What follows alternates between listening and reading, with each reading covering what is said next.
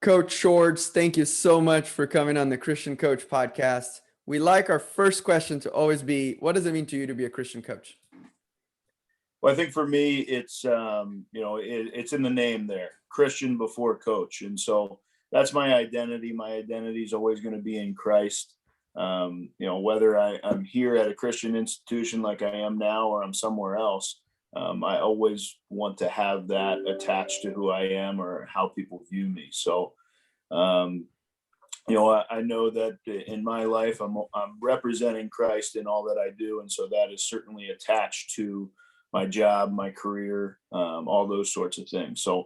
Um, so I suppose to me, it's that I can't be just a coach or just a Christian, but they have to be attached. So I like the term because that's exactly how it should be. Yeah. Has that definition for you changed from the first time you started coaching, or has it always stayed the same? Yeah, I think when I was a young coach and had this drive, and not that I don't have a drive anymore, but you want to be the best coach possible, and you want to win, and championships and all those sorts of things matter to you more. And then you start to realize working with students and developing them in their lives is probably a little bit more important than the wins, the awards, the accolades. And so yeah, as a young buck, I probably would have said, I want to be a coach, and I want to be, viewed as Nick Saban or one of those guys that just win. But even following those guys on the biggest stage, they always talk about player development and player character and those sorts of things. So even themselves get that. And so my definition has definitely changed in the whatever it's been, 7 years that I've been coaching. Yeah. Let's go back now to your origins. When did you start playing sports? What was your family life like? And then how did you end up now here at Crown? So, a young kid, grew up in South Jersey, pretty much in the suburbs of Philadelphia, across the river. And so, I had a pretty normal life there in terms of mom and dad were in the house, had an older sister, still have an older sister. Grew up playing sports, in just kind of youth leagues and played a little bit of everything. So grew up playing soccer, basketball, baseball, started football in fourth grade, tennis in middle school. And so played a little bit of everything, which I was always active, always looking for friends on playgrounds and stuff like that to play with. And so, pretty active kid. And as I got older, football and tennis kind of stood out as the two sports that I had the most passion for. I enjoyed the most. Obviously, far different sports, but that was going to be my question. How did that come about? Football and tennis. So, I just had in the neighborhood, I had friends who played tennis, so I always played with them. And as I got into middle school, one of my Christmas presents in sixth or seventh grade was a voucher for like 4 private tennis lessons that my parents had given me. So I went down to the local tennis club, randomly assigned a trainer, took lessons with him, liked it, and he actually was my trainer all the way through high school. So, so I was always in tennis, and football. I just, I always liked watching on TV football. And so to be a part of the team and do all that in high school, that was awesome too. And our high school was very sports driven. I went to Shawnee High School in South Jersey, and we won a state title in football while I was there. Had some of the best tennis players I've ever seen in person were on that tennis team, and so sports was always a big part of my life. And my father was an engineer and worked his way up and ended up owning his own firm in South Jersey there for years and years. And so for a long time, I thought I'll just take over the family business. It seemed like an easy way to have a pretty good living and all those sorts of things.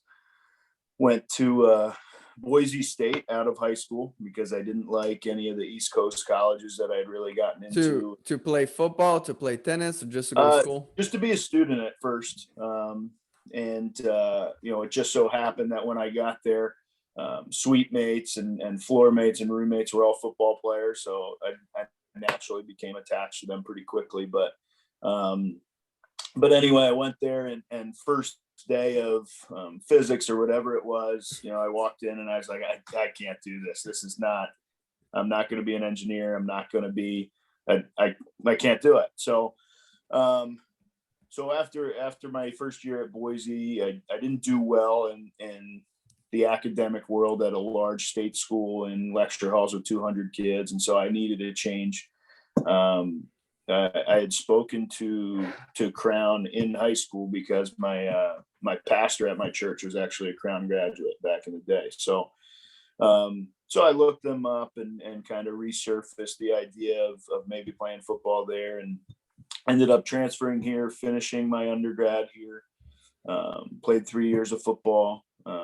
Lots of injuries were in that career. And so I quickly transitioned to like a student assistant because, it was knee surgery. So I just started coaching then. And again, even in college, didn't think coaching was an option for me, but as I started doing it, I just fell in love with it. Still being a part of the game. I always did a pretty good job at understanding the X's and O's and things like that, or the schematics of a game and those sorts of things. So, that was easy for me. And the same in tennis. When I worked with my trainer, we were always talking about tennis in more of a chess match play than we were, it wasn't get the ball in. Yeah. And I was not the, I don't know, the most physically fit kid, being a football player. I wasn't built to be a baseliner or anything like that. What position did you play in football? We played linebacker. As a kid, I played everything. Yeah. But in college, it was a linebacker. So in tennis, I wasn't a baseliner. And so, my trainer, built me to be a serve and volley and get to the net. And, we talked a lot about angles and where we were going to attack and what was the most likely return I was going to get. And so, just like football, tennis to me, in my brain, it just seemed like, okay, this is, I understand how, if I do this, they'll react this way in either sport. So coaching just always kind of came naturally to me, that I understood that part of the game. And so now I can share that with other people. And hopefully they learn that as well. But yeah, long answer for your question. No, that's great. My follow-up might be a little unique. My dad is also an engineer. Okay. And I learned from him, just being around him, everything had to be factual. There was no feelings involved in most of the situations, Yeah. What were some of the things that your dad taught you growing up, or even to now, that has helped you become a better coach, a better man? Yeah. Well, I grew up in church with my family, and so that was always something that was certainly rooted in me from, my mother's father was a ordained minister, and my father grew up in church with his parents as well, and so it was always kind of rooted traditionally in our family. But on the more of kind of being a man and that side of it, I would say the number one thing I learned from my father was work ethic.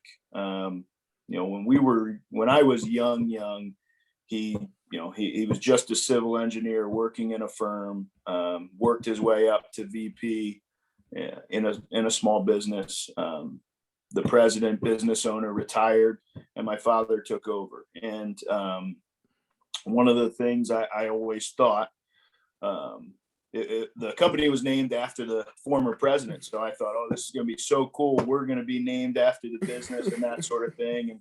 And, my father taught me kind of business at a young age. So he said, nope, I decided I'm not going to change it.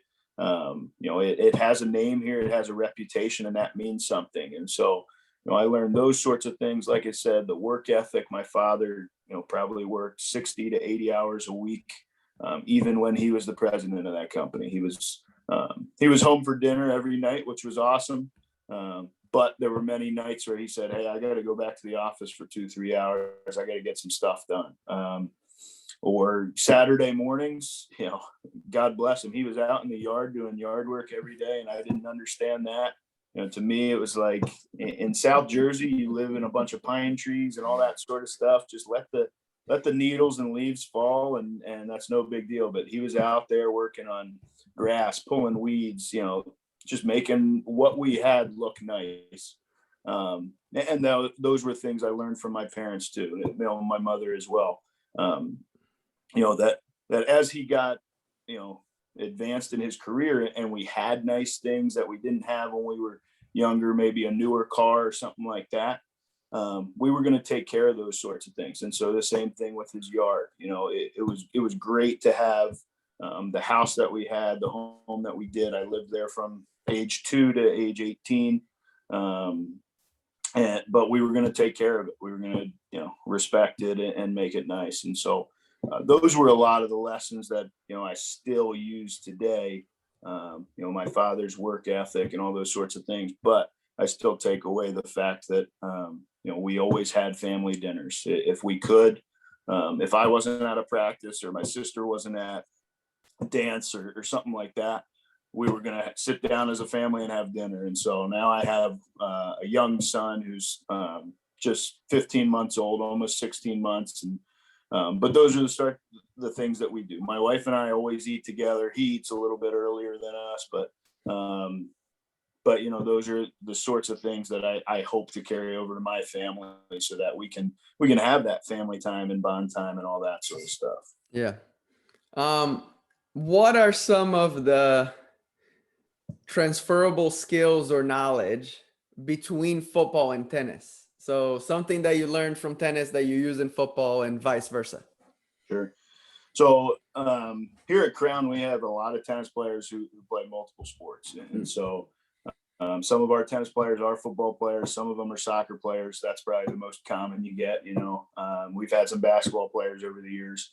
But I think the footwork you learn in tennis can be, it's just incredible. Your footwork, your balance, the things you need in tennis are so relatable, or can just improve your skills in any other sport.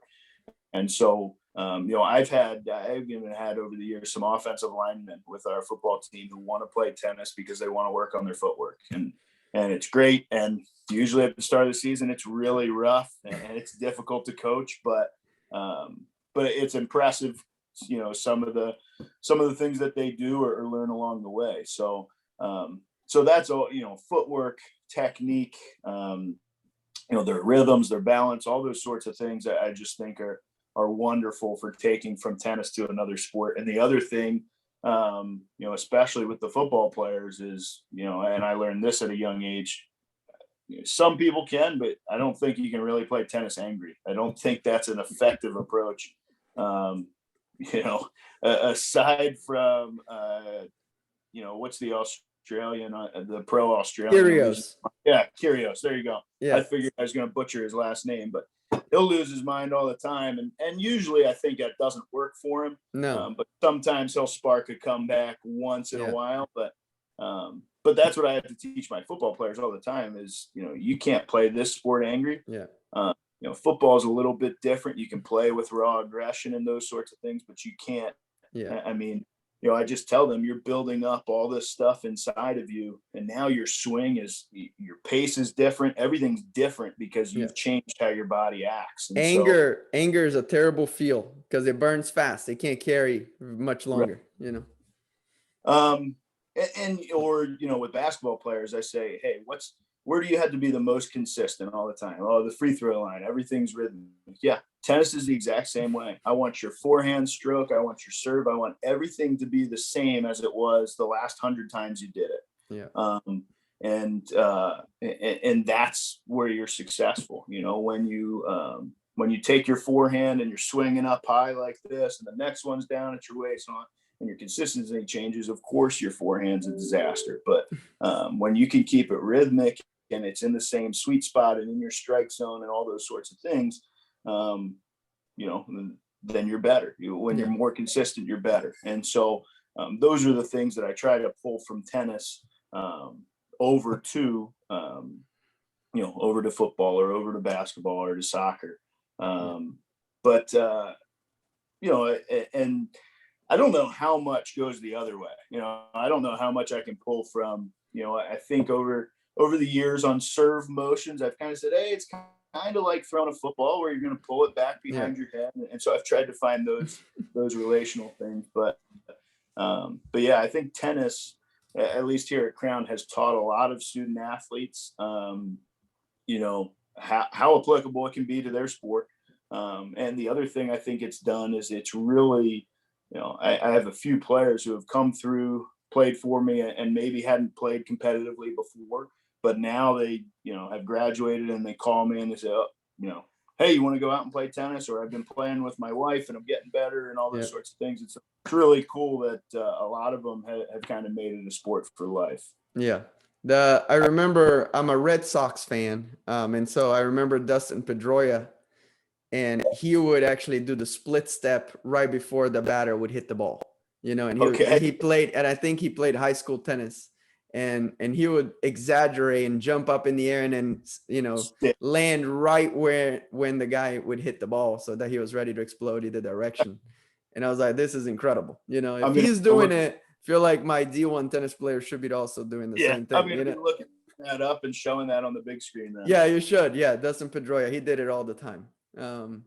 But yeah, my last question is, how did you get to be a compliance officer, a football defensive coordinator, and a tennis coach for men's and women's? Well, here at Crown, some of us coaches, we got to wear a lot of different hats, and being a smaller Division III college, that's kind of always, or I think that's typical, at least for here. And so, I worked my way up with the football program here, from student assistant to position coach to coordinator. Over my time here, they didn't have tennis, so as an athlete, never could play it in college. And even for the first 4 or 5 years I was coaching here, we didn't have it. The athletic director, Jamie Ross, who's still our AD, he came to me and said, hey, what do you think about starting a tennis program? You think that's something that you'd be interested in? When was this? 3-4 years ago now. I think we just completed our 4th season. Okay. So it was probably 5 years ago he approached me about it. And I said, we got no courts on campus, we got nothing like that, but I wasn't involved in tennis at the time, in my personal life and stuff like that. So, I was excited about getting back into the sport. And so, I said, yeah, absolutely. I'd love to do that. And so immediately, started generating buzz either on campus, finding some student athletes who had played in high school, but now they were sophomores, juniors, whatever, on campus, and telling them, hey, we're going to have tennis next year. I'd love to have you play for the team, and those sorts of things. Started scouting out, where can we practice?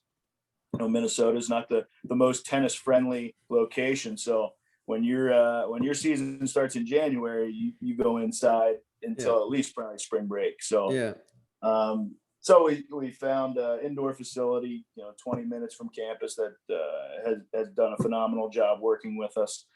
And local Christian high school here had brand new 6 courts on their campus. And so reached out to their athletic director, and they've done a great job at allowing us to host home matches and things like that there. So,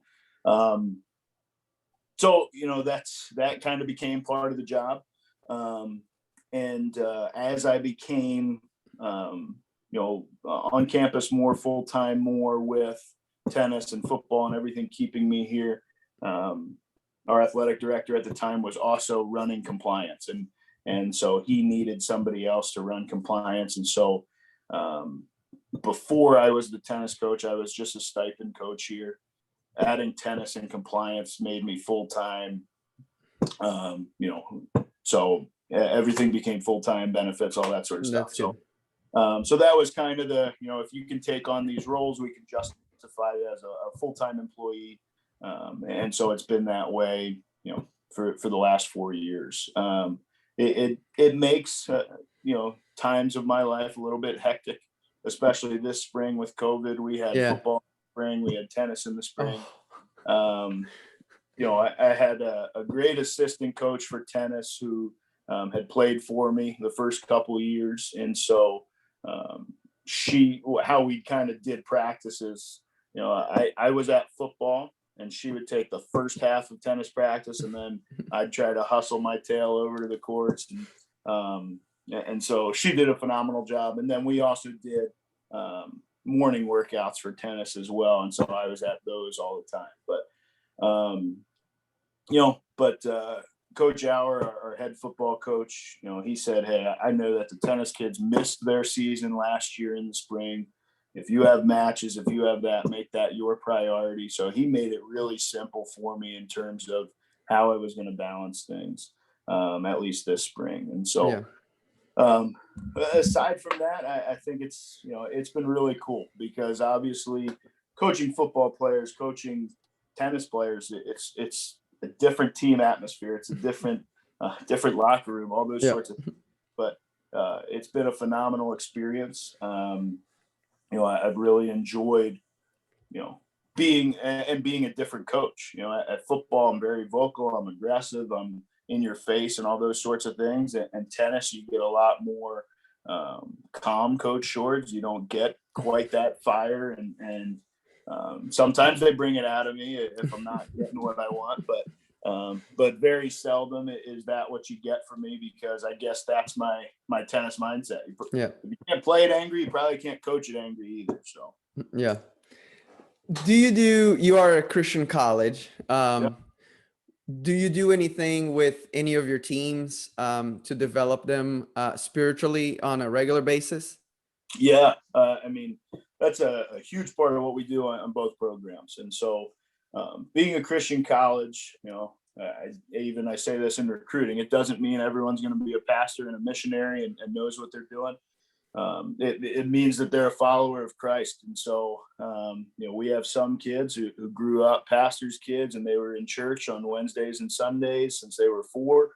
And we have some kids who went to an FCA event their junior year, and they heard about this bearded guy and how great he was. And so it's brand new to them. So we have, in both sports, we just have a wide variety of people in their spiritual life. And so it's crucial for us to have those things. And so, aside from what the school does with chapel services throughout the weeks, Bible and theology classes that are offered, we do Bible studies with both our teams. And so, we pray. In football, we have meetings every day. We pray at our meetings. I always try each week when we game plan football, I try to bring some sort of biblical theme to our game plan, and not necessarily, David and Goliath versus our opponent, but more so, where we're at as a program, and, maybe things that speak on our work ethic, or, how we're doing socially or whatever, trying to apply something to those players that week. So that and hopefully that they realize that football is not the end all be all. That I start our meeting talking about biblical references, talking about our faith, because that's far more important than our football. And so, that's something we do on the football side. On the tennis side, when I got to, essentially be the starter of this program, starter of this tradition, I kind of looked inward and I said, okay, what do you want your tennis program to be? And I remembered a sermon long ago. It was about, Jesus flipping the tables in the temple, and the pastor talked about, Jesus saying that my house will be a house of prayer. And it wasn't my house is going to be a house of worship or a house of lectures and sermons, or it was prayer. And so I took that very personally back then when I heard that sermon, that my prayer life was going to be better. But as a tennis program, I wanted us to be a program built on prayer. And so we pray together each and every practice. practice, whether it's a morning conditioning practice or an evening practice on the courts. It doesn't matter if we ran 15 minutes over in the tennis, facilities trying to kick us out. We're going to pray as a team, and we're not praying that we would be more skilled than the other team or anything like that. We're going to pray for our players and their academics and their relationships and those sorts of things. And so that was one for me that I said, okay, if this is going to be your program and your name's going to be attached to it the way my father's name was attached to his business and that sort of thing, you're going to take care of it. You're going to respect it. You're going to make it honorable. And so that was something we always emphasized, is that we were going to be a faith-based program first and foremost. Yeah. Well, Coach, thank you so much for sharing your story and sharing so many practical things that coaches can take up as well. How can we be praying for you?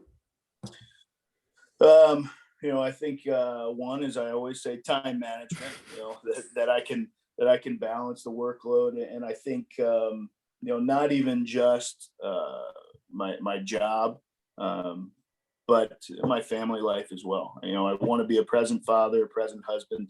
I try my best that when I come home, I'm not on my phone with recruits for the next 3-4 hours or anything, but that I'm present. And so, my time management, whether it's, here at the office or back at home, I think that's a big one for me. And certainly, how I fit my faith into that too. It's really easy for me to wake up and have 10 things on my mind and want to just get going with the day. But it's a lot more important that, I get in one of the books I'm reading, or in my Bible, or in my prayer. Yeah. All right. Let's go in prayer. Lord, thank you so much for Coach Shourds and his story and his discipleship of tennis players as well as football players there at Crown. Father, I pray that you continue to guide him in good time management, that with wearing so many hats, that you will allow him to keep the main thing, and that is continue to develop a relationship with you, seek you first, and then, Lord, be able to divide his time well, keeping his priorities the right way with his family and his job. Lord, thank you again for his commitment to be here on the podcast with us, and I pray blessings on both of his teams as they move forward in the season. You may pray. Amen. Amen. Coach, the next question is a practical one. So you do have 3 jobs. Yeah. What are some of your productivity hacks that coaches could be using? Wow. Number one, I've got to have good assistant coaches. I have to. So they are our coaches, whether it's the football side or the tennis side. They do a tremendous job at taking care of me and helping me to make sure that, if I'm not, if I got to step out or I got to do something, they can take over. So that's number one. But I'm, again, kind of going back to my father, and we talked about fathers who are engineers. They're kind of compartmentalized their brain. And so, I've got this time during the day is my recruiting time. This is my practice plan time. And so I really structure my day in, hey, I've got to get this done in this certain amount of time. This is this. And I just find that helps me. It's just kind of small little goals for the day or for that time period. Hey, from 9 to 11, I've got to reach out to, 20 guys for football. Or on Tuesday mornings is when my recruiting block is tennis. And so, I've just found that's been a lot easier for me. I've got these huge whiteboards in my office for football, and sometimes there's football stuff on it, but a lot more of the time it's just like to-do lists. And so that I can check them off and feel really proud of myself that I got stuff done and all that sort of stuff. So the more that I can set that in front of myself, set little goals, I think the more that helps, especially at the end of the day. I achieved this, and this, and I could even look and say, dang it, I was supposed to get this done and I didn't get it done. And so either I got to do that quick before I get Yep. home, or that's got to be the first thing I do tomorrow. So Yeah. that stuff helps. I have a journal, but I write There you all the go. tasks, you know, and the Perfect. feeling of marking something off is indescribable. Yes. Yes. And even the smallest things, Yep. just like, yes, I got it done. Here we go. Yep. On to the next thing. Yep. So, yeah, that's a huge help. But I want to thank you for having me on. You know, I've listened to your guys' podcast, and I'm a huge podcast guy in general. And it really started when the pandemic hit, and life was frozen. And I had a 2-month-old son, and I was like, we got to figure out something to do, pal. So we started going on walks outside, and I just pop in my earbuds and podcast away. And so having stuff like your guys' podcasts or just any other faith-based podcast I've been able to listen to. Are there any other podcasts that you've listened to that are good? You know, being a sports guy, Nick Foles has a great podcast with one of his former teammates that I listen to a lot. I just got into it's just their Sunday sermons, but it's called the Altar Fellowship, and it's Pastor Matty Montgomery in Tennessee. He's the former lead singer of a metal hardcore band For Today, and so he brings some of that fire and energy to it. So those are probably the top two I'm listening to, and I'm kind of a sucker for like the real crime thriller ones too. So any of those murder mysteries or conspiracy theories, you know, I'll listen to. Did Kurt Cobain really kill himself? Those sorts of things. But yeah, so having content like yours and having it so easy to get access to has just been such a blessing on me, and you know, being challenged by all different kinds of coaches, you know, tennis coaches, women's basketball, all those sorts of things. I just think it's incredible what you guys are doing. And so, you know, I'm excited to always hear more or see when new ones are coming out or who's the coach speaking and all that sort of stuff. That's good. Well, thank you. Thank you for listening, and thank you for now being on the podcast. And we'll let you know. Problem. We'll let you know when we publish it. It'll be this fall, sometime. All right. Great. All right. Well, have a great day, and good luck with everything. All right. You too. See you. Bye.